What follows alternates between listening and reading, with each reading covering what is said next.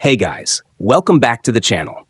So, if you've been trying to sign into the Xbox app on your PC and keep getting a sign-in error, don't worry. I ran into the same problem, and I'll walk you through exactly what fixed it for me. First, I went over to the search bar on my desktop and typed in check for updates. I clicked on it, then hit check for updates again just to make sure my PC was fully up to date. A lot of the time, bugs like these get fixed in system updates, so it's always the best first step. After that, I opened the search bar again and typed in date and time settings. I made sure my time zone was correct and that set time automatically was turned on. Then I scrolled down a bit and clicked on Sync Now to make sure my system clock was completely in sync.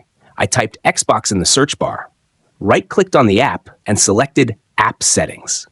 Once that opened, I scrolled down and hit Terminate to force stop the app. Then I clicked on Reset and confirmed it. This basically clears any corrupt settings or cache the app might be holding onto. So yeah, that's how I fixed the Xbox app sign-in error. If this helped you out, drop a like, comment below if you have questions, and don't forget to subscribe for more quick and easy tech fixes.